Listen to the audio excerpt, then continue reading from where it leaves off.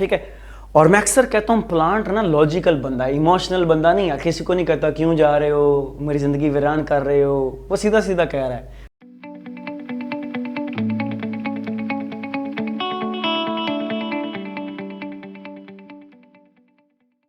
अस्सलाम वालेकुम dear student, welcome back. आज हम एक्सक्रीशन इन प्लांट करने वाले हैं और हमारे पहले लेक्चर में हमने डिस्कस किया था एक्सक्रीशन होता क्या है। एक्सक्रीशन होता है बॉडी से वेस्ट को रिमूव करना, और ख़ास तौर पर नाइट्रोजनस वेस्ट को। तो आप डेफिनेशन इसकी कर सकते हैं, removal of waste specially nitrogenous waste from the body, this is called as excretion. आज हम प्लांट के अंदर एक्सक्रीशन की बात करने वाले हैं। तो प्लांट के अंदर कई वेस्ट हैं, लंबे अरसे तक स्टोर होते हैं, ठीक है, और फिर उन्हें बॉडी से निकाल दिया जाता है। अब डियर स्टूडेंट प्लीज़ एक बात जान लीजिएगा, वेस्ट का मतलब हरगिज़ ये नहीं है कोई चीज़ नुकसानदेह है। वेस्ट का मतलब ये भी है कोई चीज़ अगर ज़्यादा है, वेस्ट का मतलब ये भी है कोई चीज़ रिएक्शन में बनी और वो किसी काम की नहीं है, किसी जानदार के, किसी पौधे के। और वेस्ट का मतलब फिर एंड पर ये है कोई चीज़ नुकसानदेह है। क्लियर? तो जैसे मैं आपको बताता हूँ, अगर हम एक प्रोसेस की बात करें जिसका नाम है फोटोसिंथेसिस, मशहूर प्रोसेस है, ठीक है, हर बच्चे को इसका पता है फोटोसिंथेसिस का। तो व्हाट डू यू से, फोटोसिंथेसिस का रिएक्शन क्या होता है?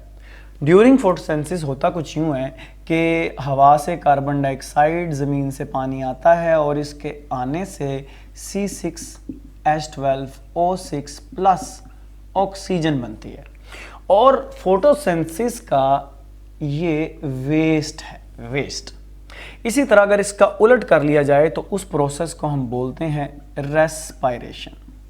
अब रेस्पायरेशन के दौरान क्या होता है, during the process of respiration ये प्रोसेस उल्टा होता है फोटोसिंथेसिस का, ठीक है जी। और इस दौरान क्या होता है, कार्बन डाइऑक्साइड निकलती है और साथ में क्या होता है, वाटर होता है। तो इस दौरान ये दिस इज द वेस्ट, ठीक है जी। और अगर पानी ज्यादा है तो water is sometime also waste. तो इन सब को निकालने के लिए सबसे पहले प्लांट अपने जिस हिस्से को यूज करता है that is called as stomata. तो स्टोमेटा लीफ के अंदर वो सुराख हैं, वो ओपनिंग है जिसके जरिए गैस का माहौल के साथ क्या होता है, तबादला होता है। तो कार्बन डाइऑक्साइड, हमारे पास ऑक्सीजन, वाटर, ये सारे क्या हैं, हमारे पास वेस्ट हैं जो कि स्टोमेटा के जरिए निकल जाते हैं। ये तब वेस्ट हैं जब नहीं चाहिए। फिर दूसरी चीज़ जो हमारे पास है दैट इज वैक्यूल। इस वैक्यूल के अंदर प्लांट में क्या क्या होता है, इस वैक्यूल के अंदर प्लांट की यूजफुल चीज़ें भी स्टोर होती हैं और वेस्ट भी होते हैं, दोनों चीज़ें होती हैं, ठीक है। और जब नहीं चाहिए होता वैक्यूल के थ्रू, वैक्यूल होता क्या है, हमने पार्ट 1 की बायोलॉजी में पढ़ा है, वैक्यूल वैक्यूम से निकला है और इसका मतलब होता है खाली चीज़। तो हमारी बॉडी के सेल के अंदर इस तरह की एक थैलीनुमा स्ट्रक्चर होता है, उसमें डिफरेंट मटेरियल को रखा जाता है, वाटर को भी रखा जाता है, ठीक है जी। और पिछले लेक्चर में हमने कॉन्ट्रैक्टाइल वैक्यूल की बात भी की थी, और इसके अंदर डिफरेंट तरह की सॉलिड सब्सटेंसेस भी हो सकती है। और हाँ, अगर पानी कम हो तो सॉलिड सब्सटेंसेस इसमें क्रिस्टल्स की शक्ल में आपको मिलती हैं इन दिस। क्लियर? तो ये हमारी वैक्यूल भी क्या है, ये स्टोर भी करती है यूजफुल सब्सटेंसेस को और वेस्ट को भी, और वक्त आने पर क्या कर दिया जाता है, रिमूव कर दिया जाता है। तो ये हमारे पास एक छोटा सा, हमने एक छोटा सा स्टार्ट लिया अपना। लेकिन अगर मैं प्लांट की बात करूं तो व्हेन आई से प्लांट, तो मैं जब प्लांट कहता हूं ना प्लांट, तो मेरे जहन में प्लांट के कुछ ये हिस्से आते हैं। मतलब एक प्लांट है तो उसकी एक ट्रंक होता होगा, उसकी ब्रांचेस होती होंगी, ठीक है, उसकी रूट्स होती होंगी, है ना, और रूट्स के साथ साथ उसका कोई लीफ होता होगा, ठीक है जी, जो उसकी किसी ब्रांच के साथ लगा होगा, ठीक है। ये उसका लीफ होगा, जो मैंने कहा कहाँ लगा होगा, उसकी किसी ब्रांच के साथ लगा होगा। तो हमने यहाँ पर ये लीफ अपना जो है वो हमने कोशिश की है कि येलो कलर से ही बनाएं। क्यों बनाएं वो मैं आपको बाद में बताऊंगा, ठीक है। वैसे तो आमतौर पर जो हमारा लीफ होता है that is usually of green colour, okay. तो ये हमारा लीफ है, हम इसकी आउटलाइन बना लेते हैं ताकि ये हमें एडिटिंग के दौरान मसला ना करे। So this is our leaf. ठीक है जी। तो ये कुछ हिस्से हैं जो मेरे ज़हन में आते हैं जब भी मैं कभी सोचता हूँ कि भाई प्लांट, हाँ लीफ, उसकी शूट, उसके रूट्स। अब डियर स्टूडेंट एक बात याद रखिएगा, प्लांट इन सभी ऑर्गन्स को वेस्ट के लिए यूज़ करता है, यानी अपने वेस्ट को इसके अंदर स्टोर भी करता है, इससे रिमूव भी करवाता है।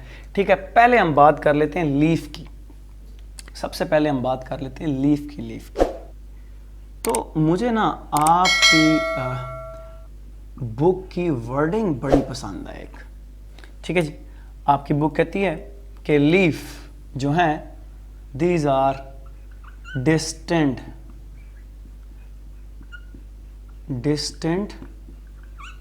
ठीक है टू फॉल ऑफ, यानी जो लीफ होते हैं ना, लीफ डिस्टेंट का मतलब है डेस्टिनी, इनकी मंजिल ही गिरना होता है।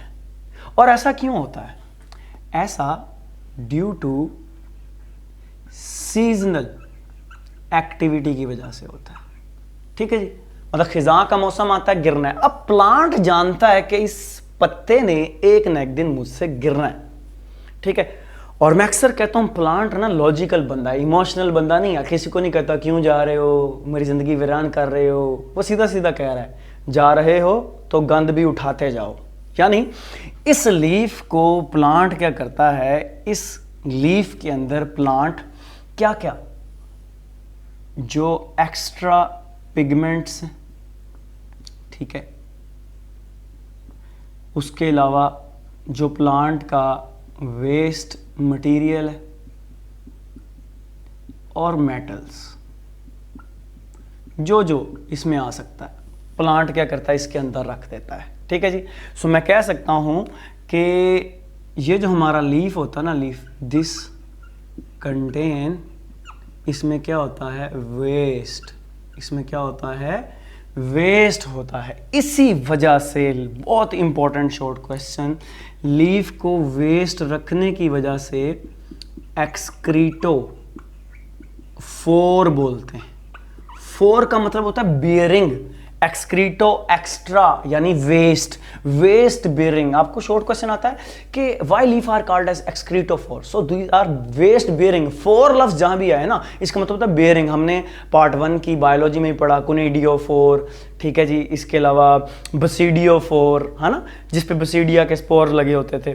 तो ये हमने डिस्कस किया हुआ। एक्सक्रीटो वेस्ट, ठीक है, छोटा सा लिख रहा हूं।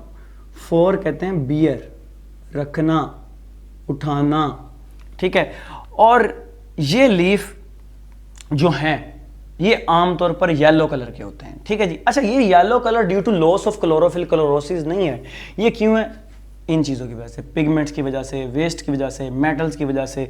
तो these are yellow not due to chlorosis, they are yellow due to these things that are present in the leaf, जो कि इस लीफ में क्या है, मौजूद हैं। और एक बड़ी इंपॉर्टेंट बात जो शॉर्ट क्वेश्चन आता है आपको, these leaf are good fertilisers, these are good rich source of mineral. हमारे पास जो माली होते हैं ना, वो इसे नेचुरल फर्टिलाइजर खाद को कहते हैं जो ज़मीन की ज़रख़ेज़ी बढ़ाता है। ये दो तरह की होती है, एक नेचुरल, एक आर्टिफिशियल। हमारे पास जो नेचुरल सबसे मशहूर खाद है वो होती है गोबर। दूसरे नंबर पे हमारे पास लीफ भी आते हैं। तो these are good source of mineral. जो चीज़ें मेटल वगैरह इसके अंदर हैं, एक वक्त आएगा लीफ ज़मीन में गिरेगा, ज़मीन के ऊपर, ज़मीन के अंदर चला जाएगा, फिर उसके बाद उसकी डिकम्पोजिशन होगी, उससे जो चीज़ें मिलेंगी वो फिर दोबारा इस प्लांट के क्या आ जाएंगी, हिस्से में आ जाएंगी। दूसरी चीज़ सेकेंड थिंग इज स्टेम। अब स्टेम दो तरह की होती है, एक तो ये नॉर्मल स्टेम है, पहले मैं इसका बताऊंगा आपको, दूसरी होती है अंडरग्राउंड स्टेम। तो पहले इस स्टेम की हम बात कर लेते हैं। डियर स्टूडेंट, जो प्लांट होता है ना, प्लांट वो क्या करता है, ये स्टेम इस तरह, इसको ऐसे काट दो। जब इसको काटोगे ना तो ये आपको इस तरह नजर आएगी। ठीक है, इस तरह कुछ, ओके, तो ये आपको इस तरह नजर आएगी। और ठीक है, इसकी ये सी दिस, तो इसका जो अंदर वाला पोर्शन होगा ना, वो डार्क ब्राउन या डार्क ब्लैक कलर का होगा। ये क्यों है?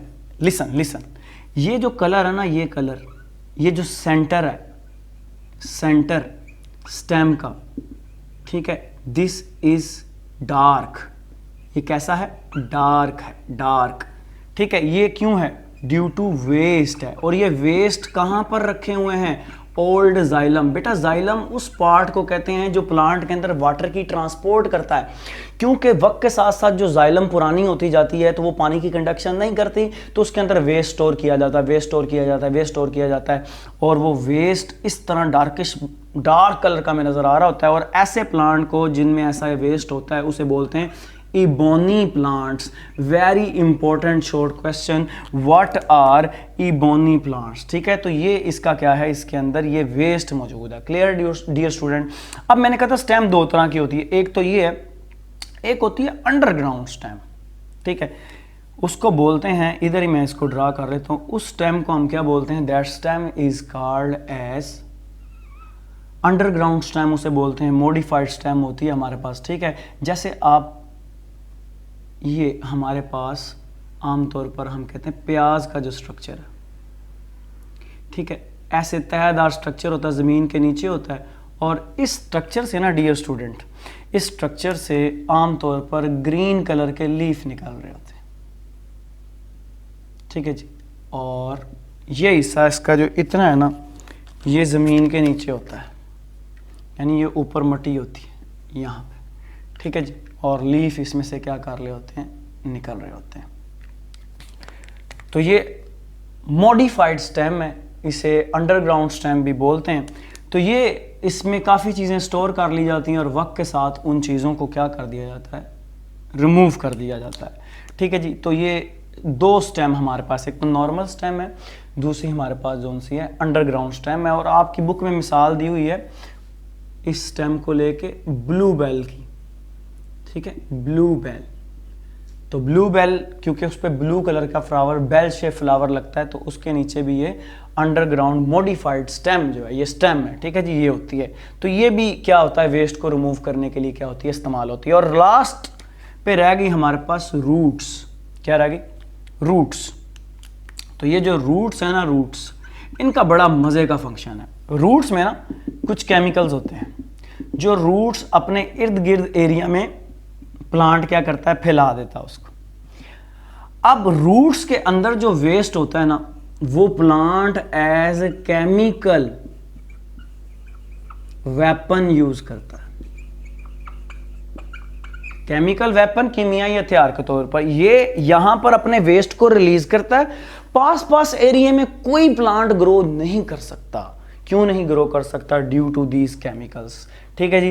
तो आप कह सकते हैं these chemicals are secreted nearby area and act as chemical weapon. Sir कोई एग्जांपल है, yes, usually this example of the root chemical weapon is shown by coniferous tree, coniferous, ठीक है, मरी में आमतौर पर, उससे ऊपर खानसपुर के इलाके में ये आपको बहुत ज़्यादा नज़र आएंगे, ठीक है जी, कॉनिफेरस ट्री।